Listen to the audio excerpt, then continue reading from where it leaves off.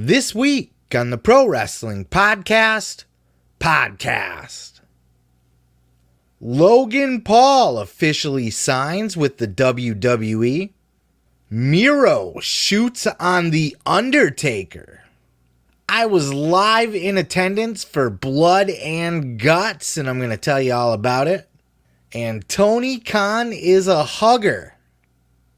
I'm your host, Seth Grimes, and this is the Pro Wrestling Podcast.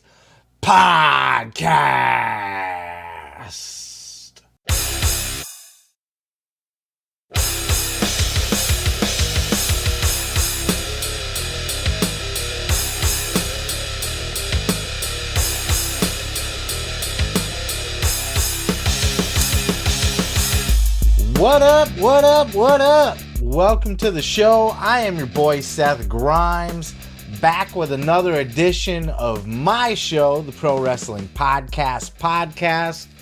We are here on this 4th of July weekend. Happy holidays to all of you as we celebrate our freedom and this hot-ass summer. Today was actually pretty nice, though. Got outside, got to enjoy the great outdoors for a little bit.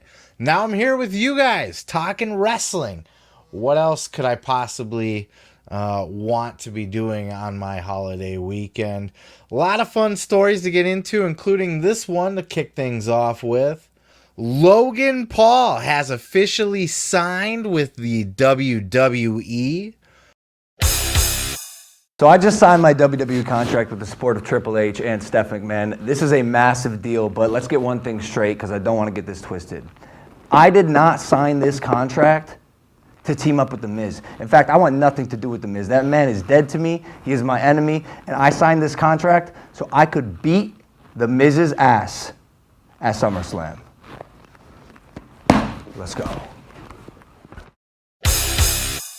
This, of course, was news that broke earlier this week with the picture of Triple H, Stephanie McMahon. I guess maybe this shows that Triple H is back in the fold now, huh? Who knows? It certainly looks that way. Looks like the power couple, the McMahon-Helmsley era, has officially taken hold, if you will. And we have...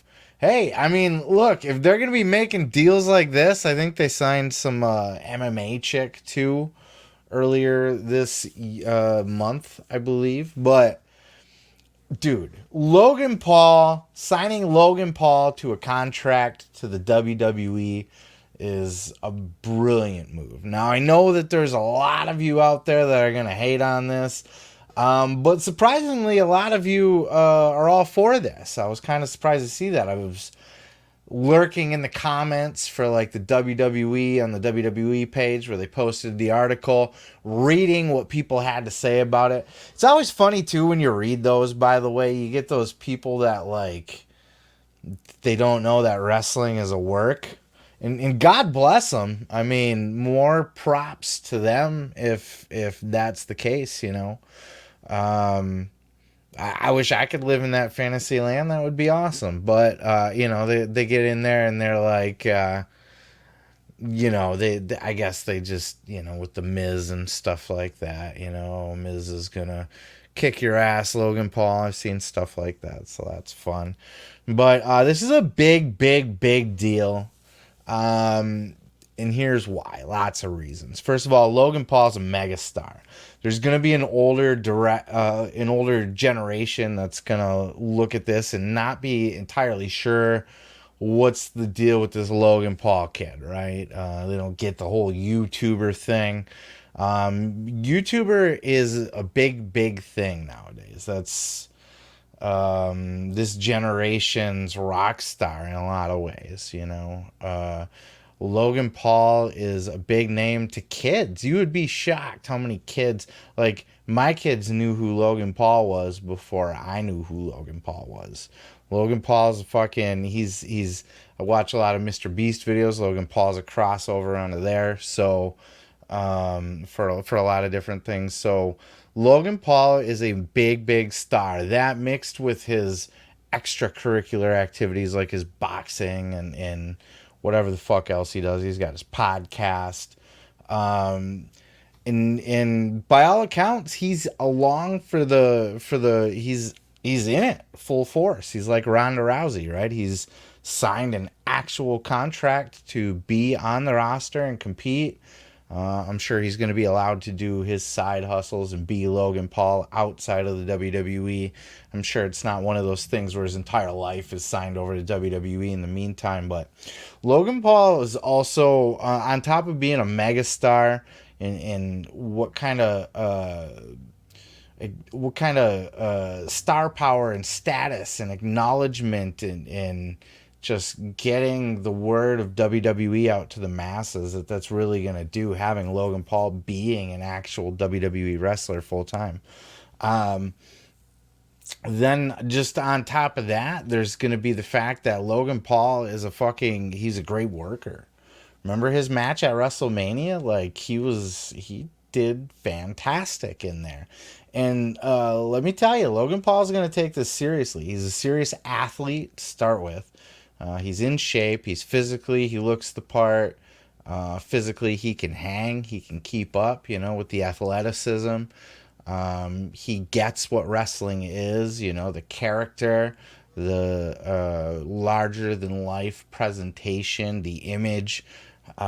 He's going to be able to go out there and probably be one of the biggest heels we've ever seen, to be quite frank with you. He's going to out-Miz the Miz is what he's going to do.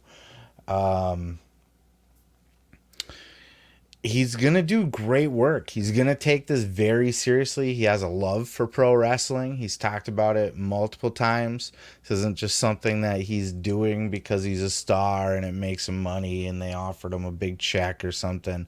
This is something that, like, he's always wanted to do. This is a Logan Paul dream, and this is a bucket list thing for him. I don't know that he's going to, like, retire with the company as a Hall of Famer.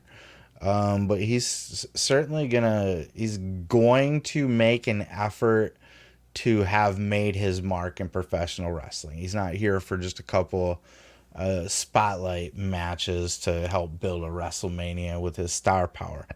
That's going to happen initially. But Logan Paul is going to put a lot of fucking work into this. He's going to put the effort in to be a top tier professional wrestler. And I think a year from now, when you guys have seen him in the ring, you've seen him work, you're going to not only take him seriously, but you're probably going to like him. He's probably going to turn himself into a baby face.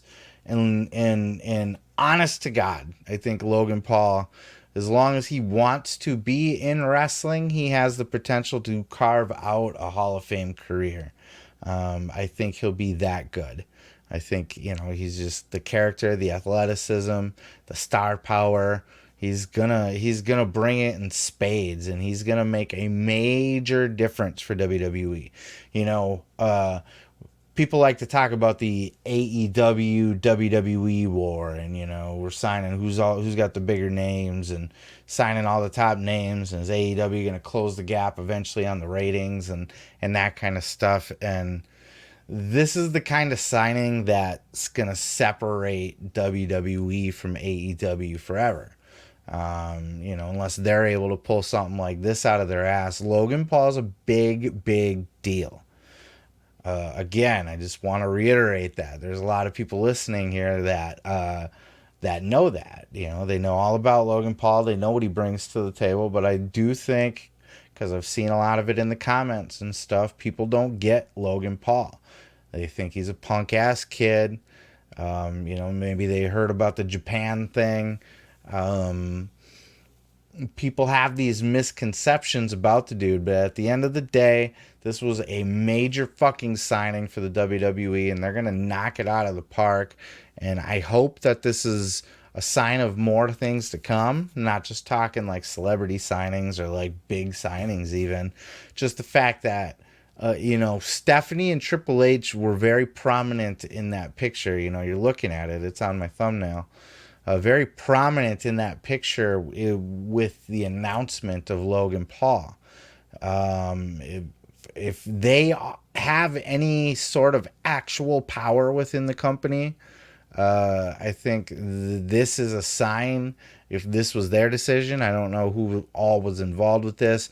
Conspicuous by his absence in this picture was Nick Khan, because I know Nick Khan was there to. He was big into signing Cody, for example. He was heavily courting Cody. He was there. He was there with Bruce and Vince to physically fly out to meet with Cody and talk with him. This was Stephanie and Triple H.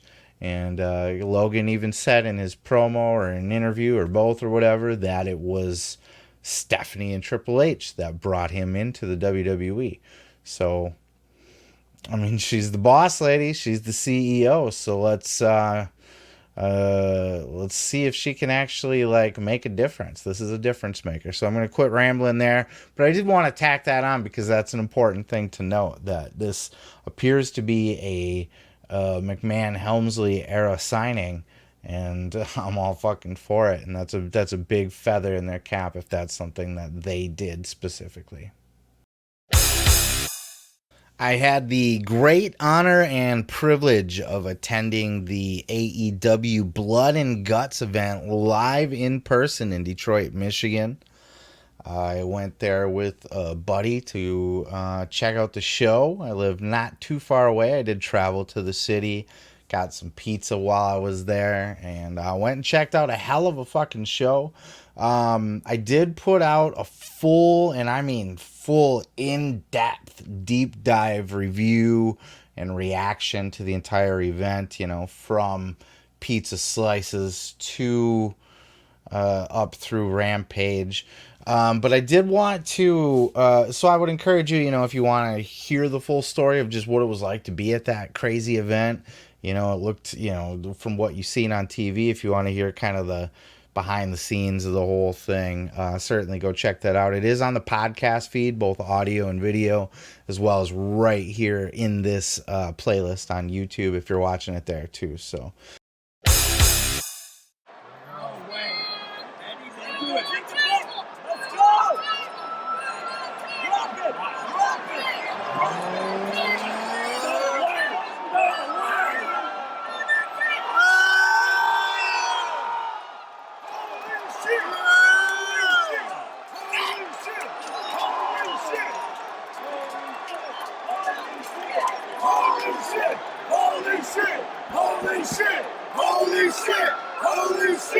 Holy shit!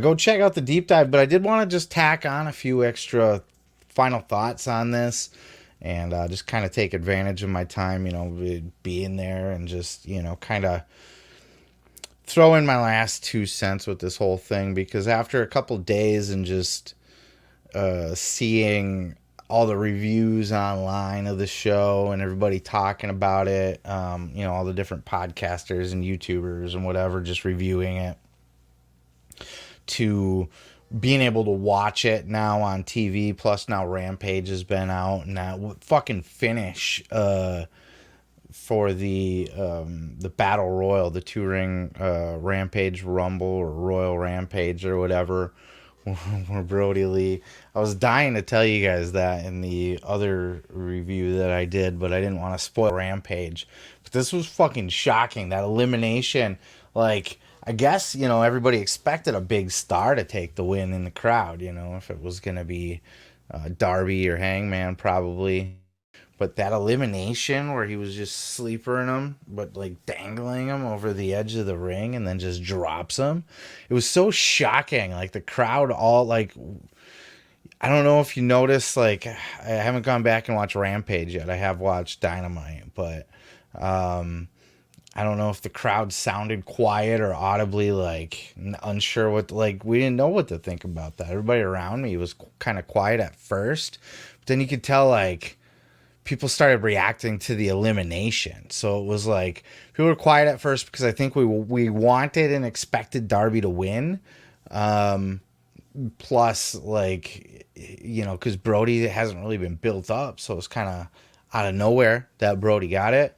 But I respected that finish. Like, it was shocking, surprising, but it was like such a cool, unique, and like brutal finish that you almost like accepted it and were like, okay, he earned it. Brody, like he made you a believer just in that elimination. So I thought that was so cool. But I just kind of wanted to circle back around and comment on like just the privilege of being there, because this appears to now, the way everybody's talking about it and kind of seeing it play out on TV, watching the Dynamite, because it is one thing to be there, but then to see it and how the action's called and how it's presented and everything like that. I do believe that this is going to go down as one of the more historical shows in AEW history. Detroit brought it. Like, they were wild. It sounded and felt wild in the crowd, like, while you're there, but you never know, and Tony Khan had came out multiple times. He always comes out and talks to the crowd a little bit, but he did come out multiple times, and he just kept saying, like, you guys are such a great crowd. He said we were one of the best crowds. I'm sure he says that to all the girls. I said that in my review, but it sounded very genuine. He was very like happy with how crazy our crowd was, and I felt like we were, and it came across on TV. Like, Detroit was wild. They fucking brought it to the level of like a Chicago or a New York, or like name your hot wrestling city. You know what I mean? Like, I feel like Detroit put themselves on the map for this one. The venue was dope. The Little Caesars Arena was great to be in. The whole event was just phenomenal. It was just such a cool thing. And again, I know I'm kind of generalizing here, so if you're listening to this and you're like, yeah, you're not really going into any kind of detail, I did tell that whole thing. I'm going to actually put that down in the at the end of the video, actually, as like the next video to watch, the recommended. So check that out if you're watching on YouTube, or just click over to it on the podcast feed if you're there. To kind of hear the in-depth. But I just, like, I really feel honored to have been a part of that. And, it sounds cheesy to say, but like, wrestling's every week, right? 52 shows a year, and only a handful of them at most are rememberable at the end of the year, or even less years from now. I really think like this Blood and Guts event is going to be one of those that will be, I almost said on future DVDs or something. They don't really do that anymore, but you get what I'm saying. Like, future AEW best ofs, or like, the story of Dynamite, once they close down and WWE's bottom and they're doing the rise and fall of AEW on the WWE network on Peacock. Blood and Guts will be there. You know what I mean? It was a special. It felt special. It felt like a pay-per-view. It was presented as a pay-per-view. And, another thing I wanted to kind of give credit to that I didn't in my review, because now I've had the chance to watch Rampage or Dynamite, is that those guys really worked fucking hard in there. Like, they gave it their everything. And, we could tell, like, I knew they did, obviously, just from watching in the arena, but I was higher up, and when you're looking down, you don't catch everything, especially because the way the cage, like the roof on the cage, kind of blocked my view at times, especially in the far ring. We were kind of sitting like on the opposite end of the entrance, so like the farthest ring from the entrance, the second ring, if you will, was closer to me, so I could see what was going on in that ring, not so much the other one. But it was just such a great experience, and I highly recommend, if you're not an AEW fan or you're on the fence about it, there's X factors to consider, and I think the live event presentation is one of them.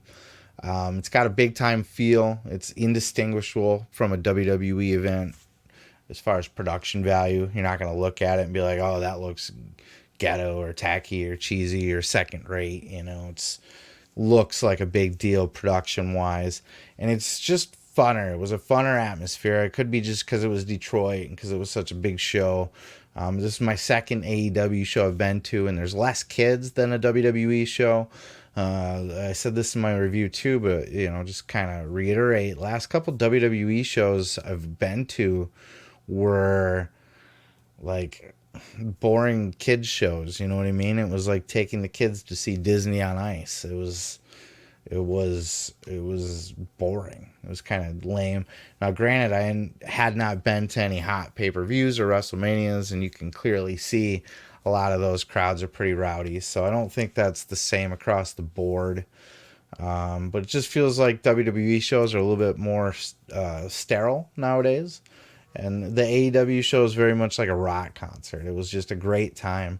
Highly recommend going to one just to experience it. And it was an honor to just be a part of Blood and Guts, to just be there in person, to see such a fucking thing, to see that spectacle, and all those guys busted their ass. And for not having Punk there, or MJF, or Bryan Danielson, or Adam Cole, or Britt Baker, or all those names, they certainly brought it and delivered a dope show.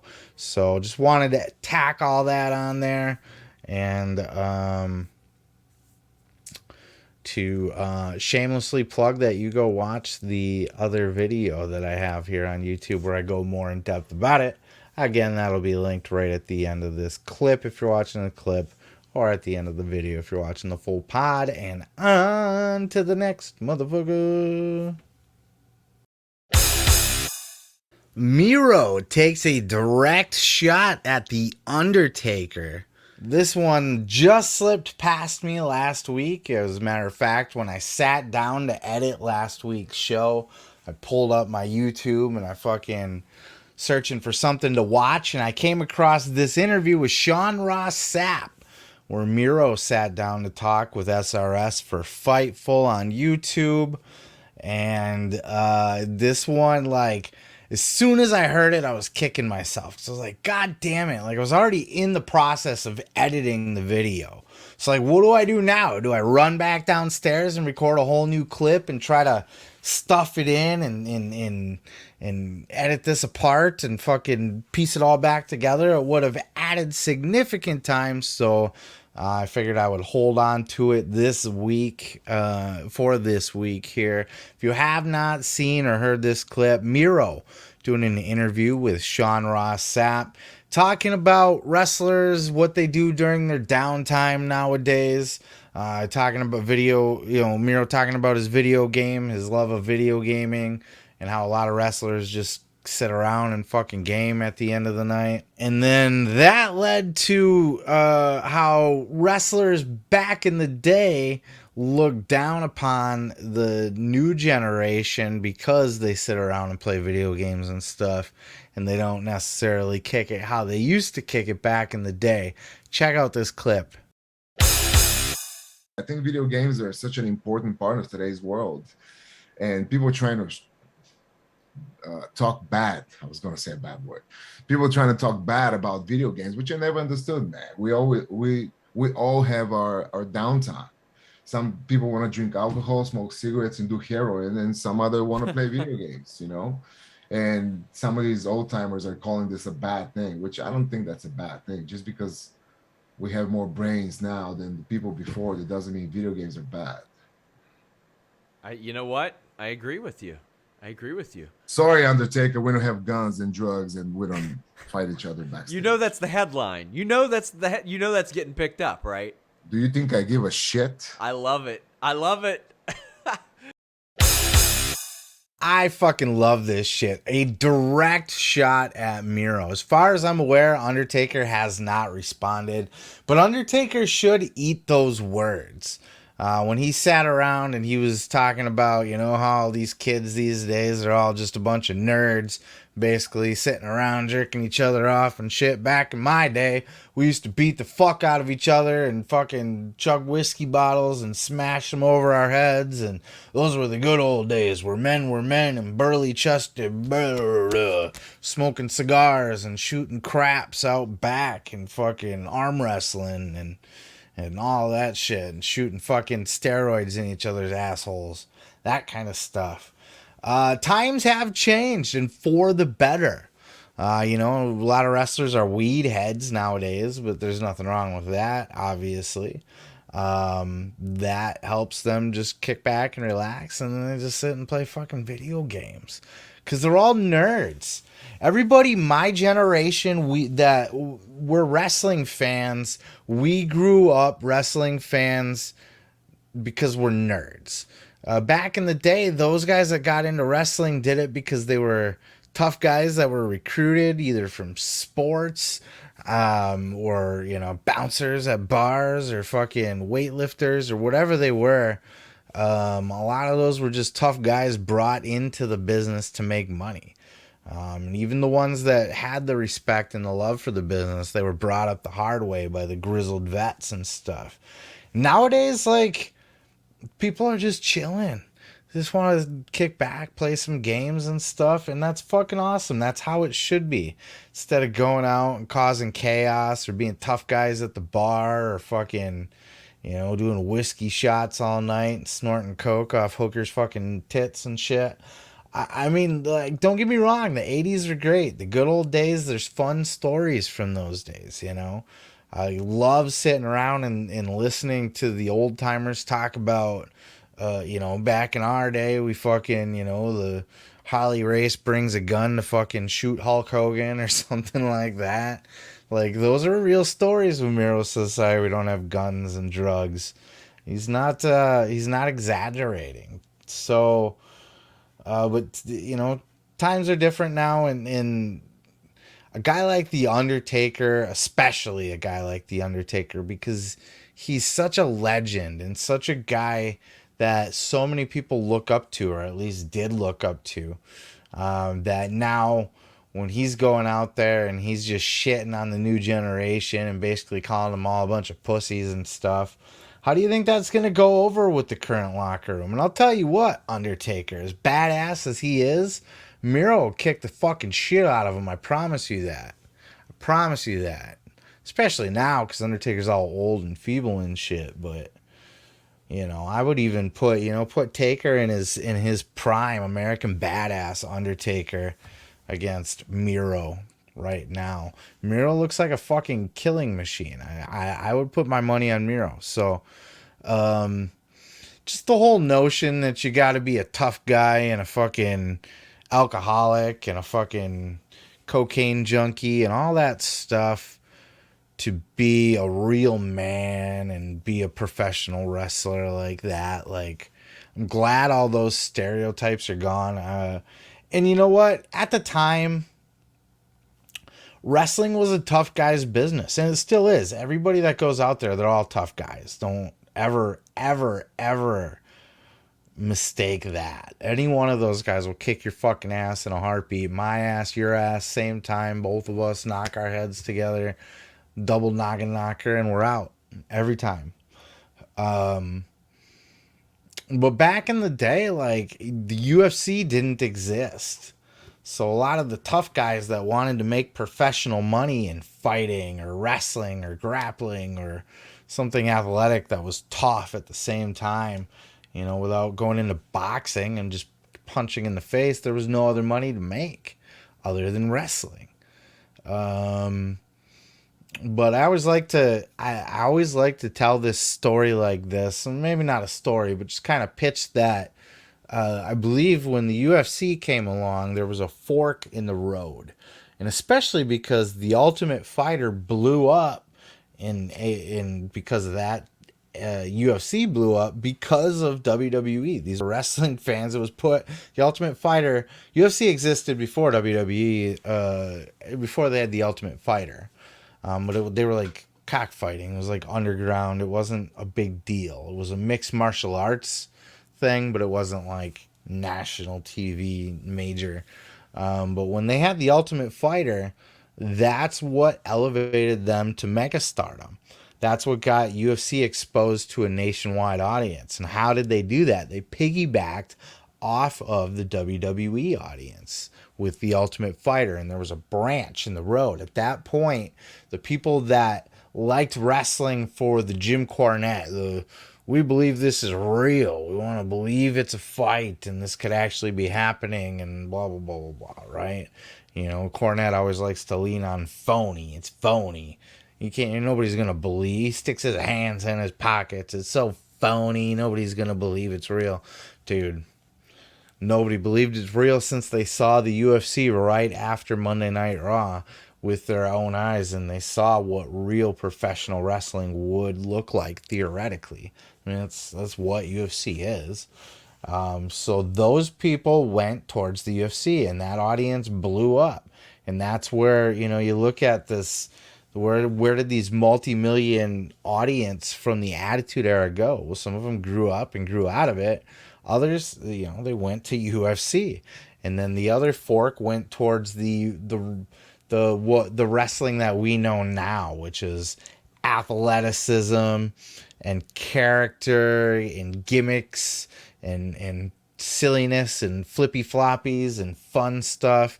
Guys sticking their hands in their pockets. People didn't do that back in the day prior to UFC because they wanted wrestling to have a shred of believability and reality to it. Now everybody knows that's out the window with the internet, with all the shoot interviews, with the UFC. It's not a real thing anymore. So wrestling is phony, and it's inherently phony. It's how it looks nowadays.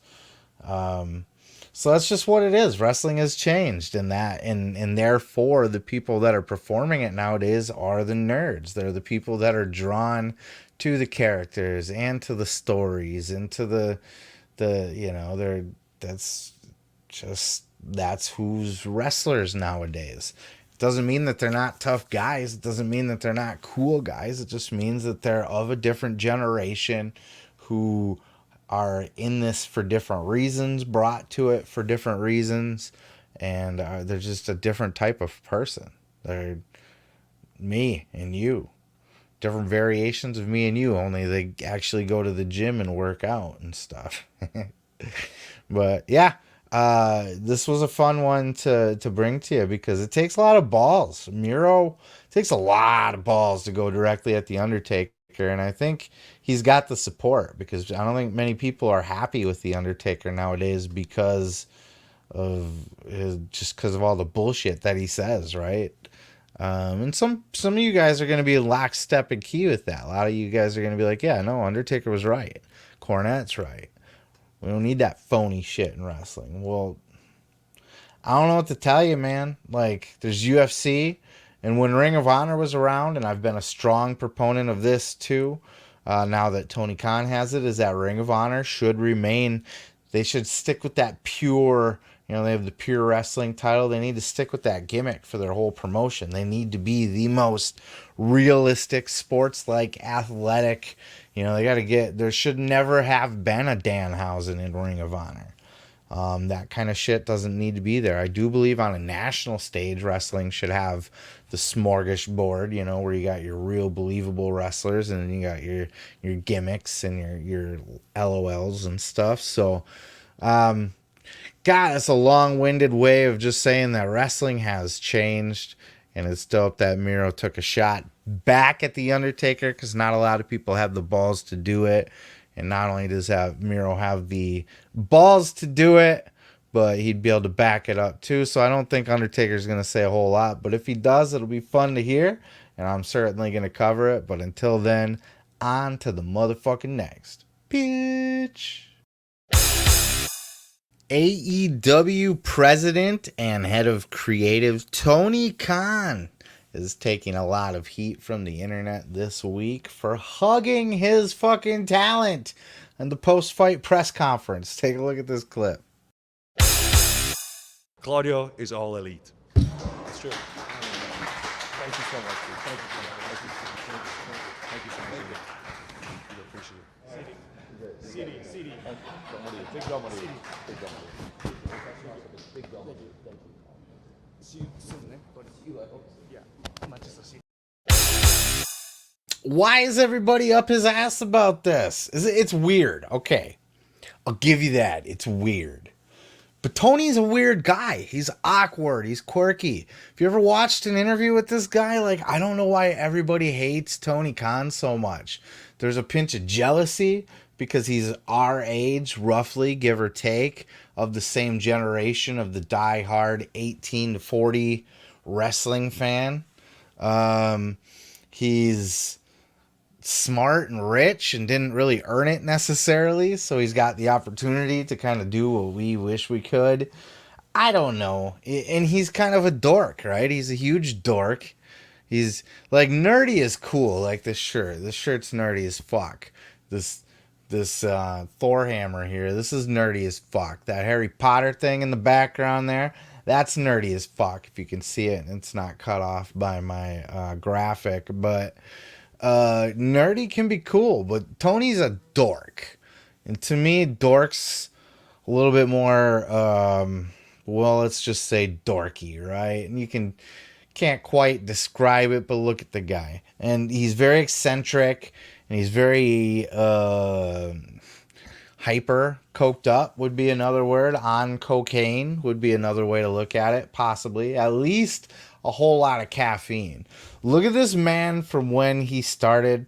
Go back and look at the initial like AEW press conferences and stuff. He had the glasses, I think, for a little bit, but he always had the tie, and his hair was nice and clean and stuff. Now he looks like he's been on a fucking bender for for months at a time, if not years. But Tony's very quirky, very quirky. The things that he says, the way that he talks. He came out multiple times in Detroit for Blood and Guts to talk to the crowd, and every time he's a madman. Like my buddy that I went with is a casual fan, and he was kind of laughing at Tony quite a bit. Like, just the way he says things, he's a goof, but in that it's gonna carry over to his eccentric personality and the way that he carries himself, and just the hugging, and the hugging's an extension of that. And like, look, dude, the guy's happy. They put on a killer show. He's living his dream. He's thankful that these guys are out there putting their bodies on the line, making him a shit ton of money. So yeah, he's gonna hug him. You know what? I'd hug him too. Maybe backstage and not on camera though. But look, I mean, there's plenty of footage of Vince McMahon out there hugging wrestlers, like when they come through Gorilla and stuff. He's giving them a hug. We even see pictures of Vince tearing up and shit when he's hugging people. So you can't, it's not, there's nothing wrong with it. It's just another weird, quirky Tony Khan thing, and the way that he did it too. It's not just like Vince is a very fatherly, like, come here, son. And Tony's was very like, oh, you did so good. Oh, it was like almost like a girlfriend, I love you type. Never leave me again. Oh, I missed you so much. But come on, guys, like, this made a lot of news this week. Enough where I wanted to address it and at least have a little fun with it. Like, can we acknowledge that Tony Khan's a weird, quirky, eccentric dork of a man? But he's also like, at least for me, he has my respect. He's earned it. He has done enough. Like, at this point, we're well into our third year, maybe even heading to our fourth year of AEW. No signs of slowing down. So he's already like, he's not like a greenhorn at this point. He's been running this business for almost 4 years now. Respect where respect is due. Like, they just fucking jam-packed Little Caesars Arena, put on the damnedest fucking cage match I've seen in who knows how long. Props to Tony Khan. He's got all this great talent under his roster. People will love to hate him, and he's come up in the era of internet and all of that. And he also has, like I said before, the fact that he's our age roughly. Like, Tony Khan, I think, is my exact age. So he's a peer. So when I look at him, it's like, you motherfucker, he's leaps and bounds more successful than I am. But and you're bound to look at people your age with I don't look up to anybody my age. Probably nobody younger than me, other than I do very much look up to Mr. Beast, who's just younger, much younger than I am. But you know, I'm not gonna look up to Tony Khan. But remember, when Vince started, he was the age of the wrestlers, and he was all the guys' pals and stuff, and he'd go out drinking with them and stuff like that. Vince was not unlike Tony Khan in the 80s. When he took over WWF from his dad, he was very Tony Khan. He was green. He had been an announcer, and his dad ran the business, so he was around it. So at least he had that credibility going into it. But it's not like Vince was booking all the shows, and plus he went a completely different approach than his dad was doing anyway. So even if he was watching his dad was booking fucking Madison Square Garden and the Boston Garden and shit like that, like, you know, like every week, you know, he's just on the weekends or something, there's another show. What he turned WWF into was way different than what his dad was doing. So that was his own trail that he blazed anyway. You know, Tony's not necessarily a trailblazer in that sense. You know, he's almost like a Eric Bischoff 2.0 in a lot of ways. This is just WWE. This is WCW history repeating itself, and actually kind of mixed with Paul Heyman in a way. Not the genius of Heyman, but the just the eccentricness and I guess the edge, the rebelliousness. But no, I mean, you know, Vince was a young guy too. You know, people didn't look up to Vince back then. People looked up to his dad. They thought he was the kid. A lot of people he banned the word junior because a lot of the older vets and stuff would call him junior. Because that's how they knew him. Like, hey, Junior, you know, like your Freddie Blassies and your Lou Albanos and shit like that. Those people didn't respect Vince McMahon. Not Junior. Hell no, they didn't. But over the years, you know, when Vince was 10 years in and 20 years in, and suddenly he's more prominent, he's more successful, he's been at this a long time. People are more intimidated by him now because he's a proven success and he carries himself, and everybody's younger than him and everybody's eager to get a chance. But there was a time where everybody looked down on him and thought of him as just like, this punk kid, he's gonna ruin the business and blah blah blah blah. So everybody's shitting on Tony Khan now.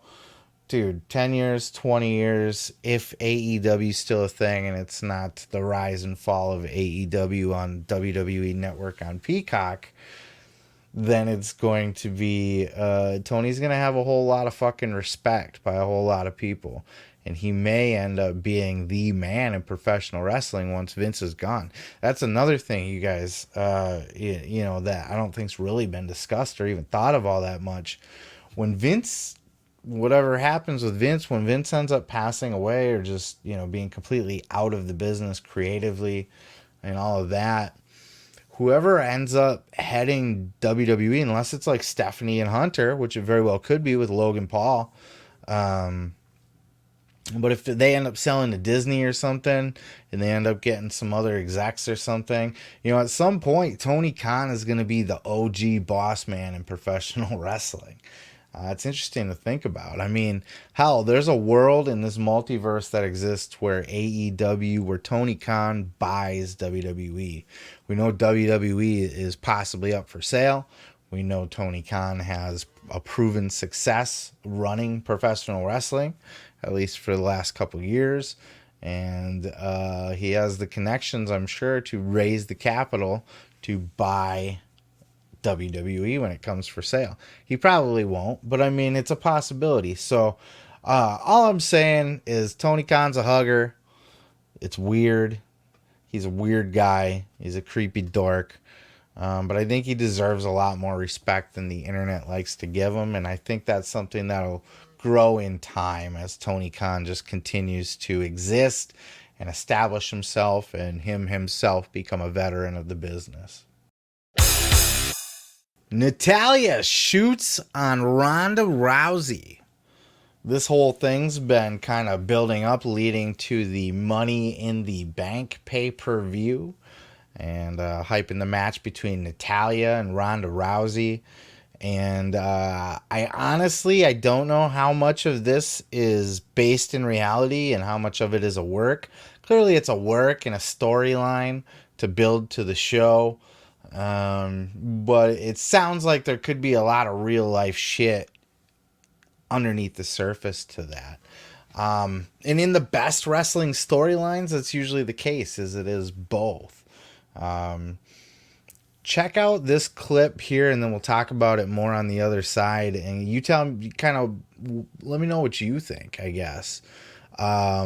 Natalya just going off on Ronda Rousey on the After the Bell podcast with Corey Graves. Check out this clip. I think Ronda's really arrogant.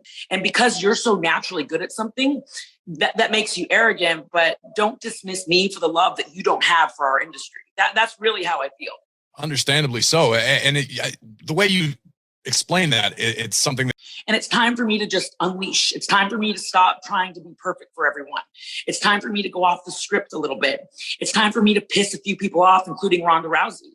And, she can smile at me dismissively and act like I don't count and act like I'm an enhancement talent and act like I'm not on her level, as she put it, non-charismatic, not worthy of being in the ring with her, not a main event player, boring, this, that, and everything else. But at the end of the day, I am still standing. And she's really not one to judge talent, because there's quite a few people that she knows that aren't still standing today. I'm still standing in WWE. The way that she's delivering those lines is it sounds like it's coming from the heart. Does it not? I think, well, first of all, this is a great example of what the new kayfabe is, right? Because we all know so much about the wrestling business nowadays that we almost know too much. And a really smart work, like the MJF one, for example, I'll die on that sword. It's a work. The whole thing's a work. It's a work. It's a work. It's a work. Very good one. One of the best ones.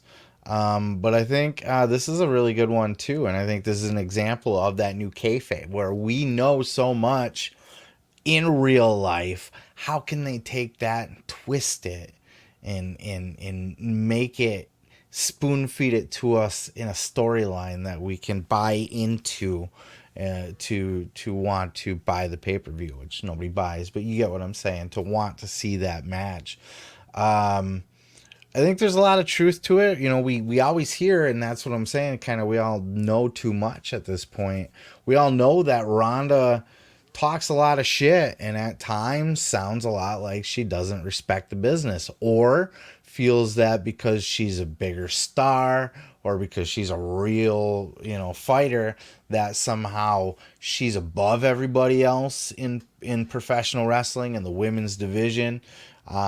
She's this elite level talent and just kind of looks down her nose, or just doesn't have that respect for people, everybody else that's just doing it. I'm sure she respects Natty. I think every wrestler worth their shit in wrestling, but especially the females, obviously, they're going to respect Natty. Natty's queen bitch. She said in that podcast that, everybody worth a shit, every woman's wrestler worth a shit in that company in the last 10 years went through her. And they did. And that's not her being, that's not her bragging or anything like that. That's legit. Natty that's why she's been there so long too. She is that gatekeeper, you need to, she's the one that's going to get you comfortable in the ring. She's the one that's going to kind of teach you the WWE way, get you up to speed. And it's a very, every company has those people, and I always have throughout the years that, when you're trying to build somebody, you pair them up with this person for a while. Someone, the worker, the workhorse, that can really build them up and teach them and carry them along the way. I do think that Ronda probably has a bit of that, but I also think that it's a work a lot of times too, or played up. I think a lot of the trash that Ronda talks out in public, she feels like she's playing wrestler. I think she's talking trash to talk trash. And she was always a trash talker in UFC. That's what fucking sold all her fights. She's a born trash talker. Matter of fact, she's muzzled in WWE. She's watered down in WWE because she's got to read scripts and shit like that. And she can't go. She cut hell of promos in UFC. She wasn't a great talker then even either, but she was believable because she's such a bitch and she's so like, she puts on that bitch face and she's ready to just tear somebody's arm off, legit. And she gets that across in words, and I think WWE could let her fly and use that more. So I think Ronda works that kind of shit to a certain extent, or runs with it at the very least. And I think Natalya's smart enough to cash in on that too, to know that Ronda has this reputation, and probably to a certain extent backstage is not liked by the women's wrestlers for shit like that.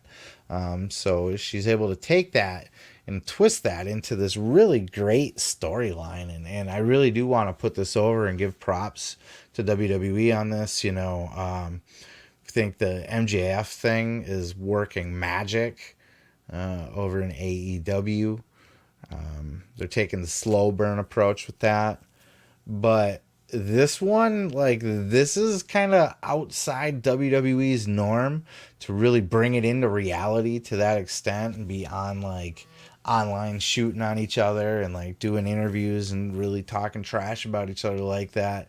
I feel like they've done a really good job of using that and building this up for this storyline. It's something, as I record this, Money in the Bank hasn't happened yet. It's something that I'm excited to see. I want to see Natty wrestle Ronda because I feel like there's a beef there. And that's fucking great. And they did this before with Becky and Charlotte too, earlier in the year, or late last year for Survivor Series. More of this in wrestling. This with the MJF, all of that. Like, kayfabe doesn't have to be dead. You can use it in different ways. You can go out there and you can spill all your beans about the business and then tell all about it. And then once somebody says one thing, now all of a sudden everybody's heard that. Everybody thinks that, right? So, like Thunder Rosa in AEW, for example, everybody thinks she sandbags people now. So you can take that and you can, I don't know that you want to use that directly, but you can somehow throw something in where a girl sticks up for the locker room or speaks up and says, nobody even in the locker room likes you, and like bring a little bit of reality into that. Now, because we know too much as wrestling fans, we've heard this story. We know, oh my God, that's true. People have said that. That's that thing that was said about her. Ronda Rousey, they said that about her. Natty's shooting. It's smart. It's smart. It's the new kayfabe, and it's something that they should continue to do more of and find new ways to do. And I hope that they can let talent go a little bit too, because Ronda is not living up to her potential as a professional wrestler right now. She's made to be a professional wrestler, but she's not made to be scripted. WWE is not a good fit for her. And I'm not saying that, everybody go to AEW or anything, but WWE would be a great fit for her. It's the biggest show and she's the biggest star, but it's something that's going to affect Logan Paul too, because these people aren't going to be able to talk like they can talk. They're talkers, but they're not actors. They're not thespians. They can't read the trash that's written by these peasants backstage, the little writer boys. And just make magic out of it. You got to let Ronda go out and sell a fight like she's been doing, like she did all the way up to get her to where you gave her a contract. Now we're going to take all of that shit away from you and teach you to do it our way. And you're going to be shitty and mediocre at it. And you're not going to draw the money for us that we invested in you. And we're going to wonder why it's all a big fucking flop and a bust. Okay? Nobody likes Ronda. They should like Ronda because she's the baddest bitch on the planet. And she should be that and not this whatever the fuck this is. But it's dope. Props to Natty for being able to be relevant still, this many years in, to be able to put herself into a storyline that's going to get some attention. That's dope as fuck. So props to her, and I'm excited to watch this match and on to the next. Dark Order's Alan Angels has announced that he will not be signing a new contract for AEW. Alan Angels is yet another in the list of names of guys that AEW is just going to let their contract expire. As a matter of fact, apparently they offered him a per appearance contract. Same thing I think Peter Avalon's on right now. His contract wasn't renewed, but he's still on the show if you watch Dark or whatever, and he's always on BTE. He's on a per appearance. And they did offer that to 5, but he declined that. Check out this clip. Another interview with Sean Ross Sapp. He's knocking him out of the park. He's got the bangers. Look, I just follow the news. I don't give a shit what I don't worry about the balance of what show I'm covering or anything like that. If there's 2 interviews from Sean Ross Sapp that make the news, there's 2 interviews from Sean Ross Sapp that make the news. Check out this clip with Sean Ross Sapp over at Fightful, and I'll catch you on the other side. My contract, I was told about a month and a half ago that they are not going to re-sign me. They did offer me a per appearance, which I decided not to take, just solely based off what I thought was best for me. Okay. I feel like there's room to grow more room to grow, I should say, outside of AEW right now at this point in my career. This could be a really good thing for Allen. He's not a bad talent at all. The motherfucker can work. He's proved that. He's had great matches. I think he's a good character, too. He gets it. He definitely plays like the dweeb. He's always fuck you, Allen, or fuck you, 5, or whatever is the thing from the... I think that was from BTEs, where the Dark Order was always saying fuck you, 5, or fuck you, Allen. They're always just dogging on him. He was the one that they picked on, the group of outcasts. He was the outcast of the group of outcasts. But then he found a home. I think he exiled himself or got exiled from BTE, and he went over to Sammy's Vlog. They're both basically the same if you watch either one of them. It's just, backstage with the wrestlers, and they got skits and stuff. And Allen found a home there. I don't think he's going to be on the vlog anymore. But I think, the vlogs are popular enough between BTE and Sammy's Vlog, where that was really doing a lot to build 5's status, at least amongst the fans. I think he's going to do just fine. I think his plan to go out on the indies and just give himself a whole nother run, a whole new fresh coat of paint, a paint a coat, as Bruce Pritchard would say. Go out there, and instead of being the dork from the Dark Order that got picked on, the outcast of the outcasts, instead of being that guy, go out there, reinvent yourself, have bangers of matches. Go out on the indies and be unfucking deniable. 5 is young enough, and he's talented enough that if he can get himself back out on the indies, which, this is going to be no problem. Coming out of AEW, he's going to have his pick of the litter. He'll be able to do any show he wants. If he picks and chooses those shows smartly, if he can get himself on GCW, for example, get himself down in Mexico if he can, get on these major indies, Pro Wrestling Guerrilla, all that shit, re-establish his name, his image as something different, get himself taken more seriously, either as just, a better wrestler, the wrestling guy, or, if he comes up with a new character of some kind. I don't think he wants to go out there and be former Dark Order member Alan Angels, and he's not a wash-up, and he's not a half-ass. He's young enough and talented enough where he can and will go out there, reinvent himself, become a different person than he was in the Dark Order, and probably be able to walk right back into AEW and get another look, or Ring of Honor or something like that. There's no hard feelings there. It's not like you suck or anything. It's just, look, Tony caught a lot of criticism by signing up every talent that he could and signing some of these indie guys to giant contracts when he did. But think about this. Maybe he did overpay those people. Maybe Alan Angels had a contract way bigger than he ever deserved. But he made a lot of money, and now he gets to not get renewed with no hard feelings. And that frees up that budget that you can now go and pay a normal going rate, not overpay, but go pay a good, fair, normal rate to some bigger names.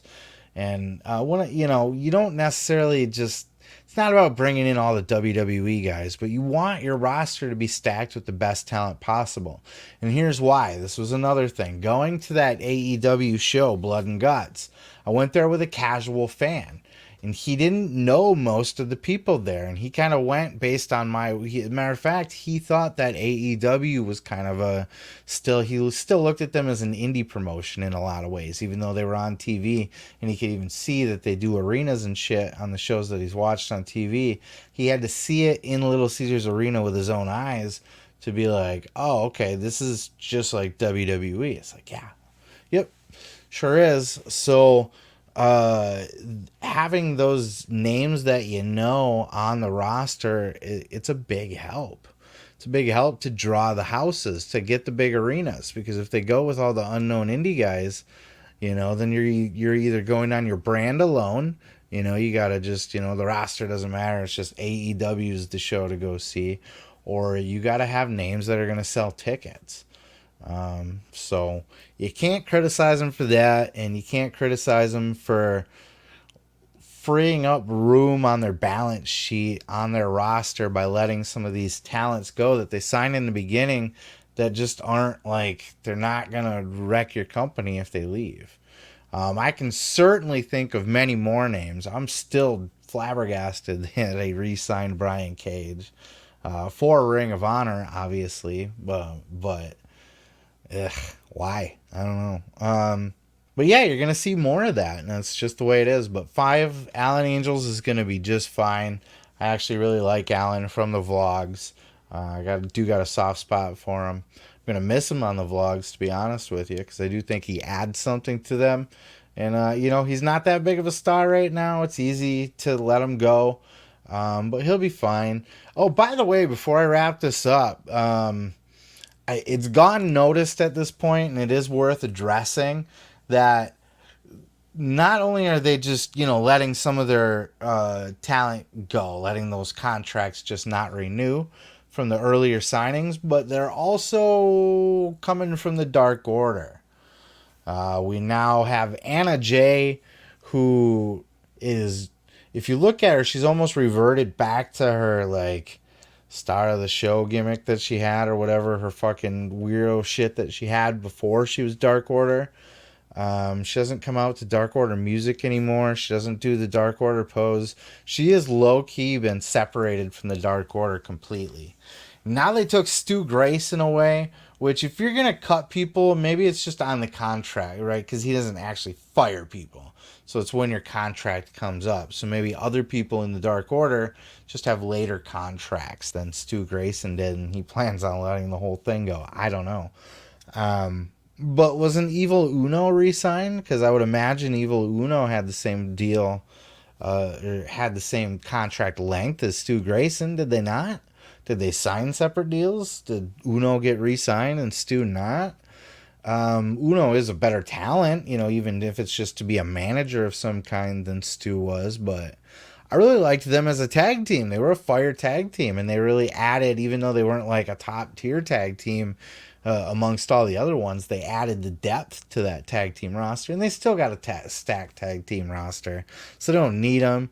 But it's noticeable that now Stu's gone, Anna's completely disassociated. She doesn't do the backstage skits with them or anything anymore either. It's very telling. And now 5's gone too. We know that little snot-nosed brat, -1's going to have a job, right? He's not going anywhere. And everybody, Tony seems to have a hard-on for 10. Cody Rhodes had a hard-on for 10, too. -1's got a hard-on. Everybody's got a hard-on for 10. I think he's fucking boring and stale as shit. He's just a big muscle dummy, in my opinion. But he'll probably stick around. But I do think we are seeing the dismantling of the Dark Order. And Alan Angels is just the next. And I think more names to come in a list of people leaving the Dark Order. Colt Cabana, I think, was re-signed, but it was just as a, either to Ring of Honor specifically or just as a backstage guy at this point. I don't think there's any intention to use him on AEW anymore.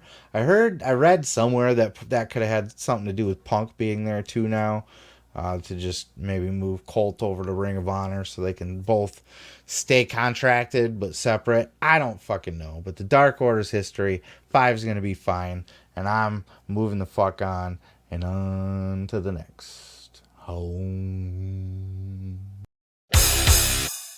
That's it. That's all I got for you. The show is done. Actually, I did have one other story, but you know what? We're running late on time, so fuck it. Fuck it. We're going to scrap it, and we're going to just toss it to the curb because it didn't matter anyway. Didn't matter.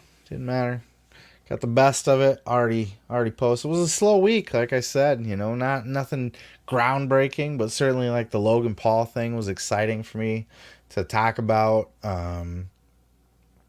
It's late and I'm kind of exhausted, so I don't know that I gave it my full extent of enthusiasm, but I really love that decision. So a lot of fun stuff to talk about on here. I appreciate you hanging out and listening to the end.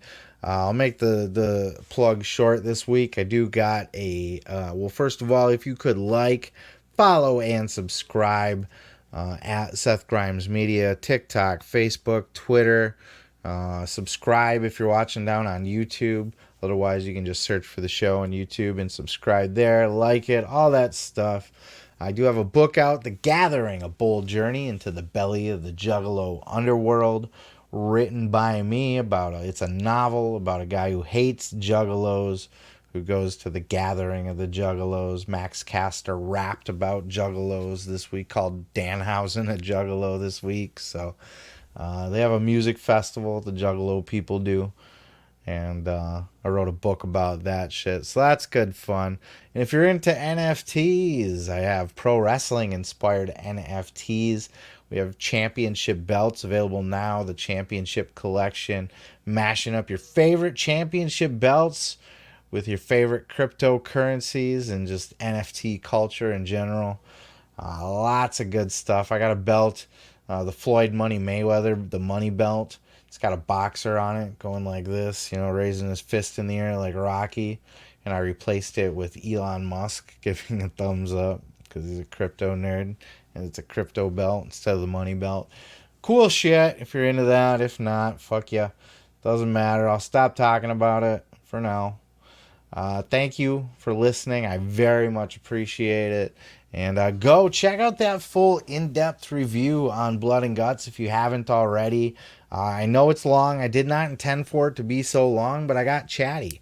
And the chattiness, I think, just reflects how much fun I had and that there was a lot to talk about. I went in depth, full detail from everything. The building, the venue, the production, Tony Khan coming out and talking every millionth time, crowd reactions to things, who was over, who wasn't over. Man, go check it out. Highly recommend. That's all I got for you. Thanks for hanging out. Until next week, I am your boy, Seth Grimes. Peace, love, and pizza. And this has been the Pro Wrestling Podcast.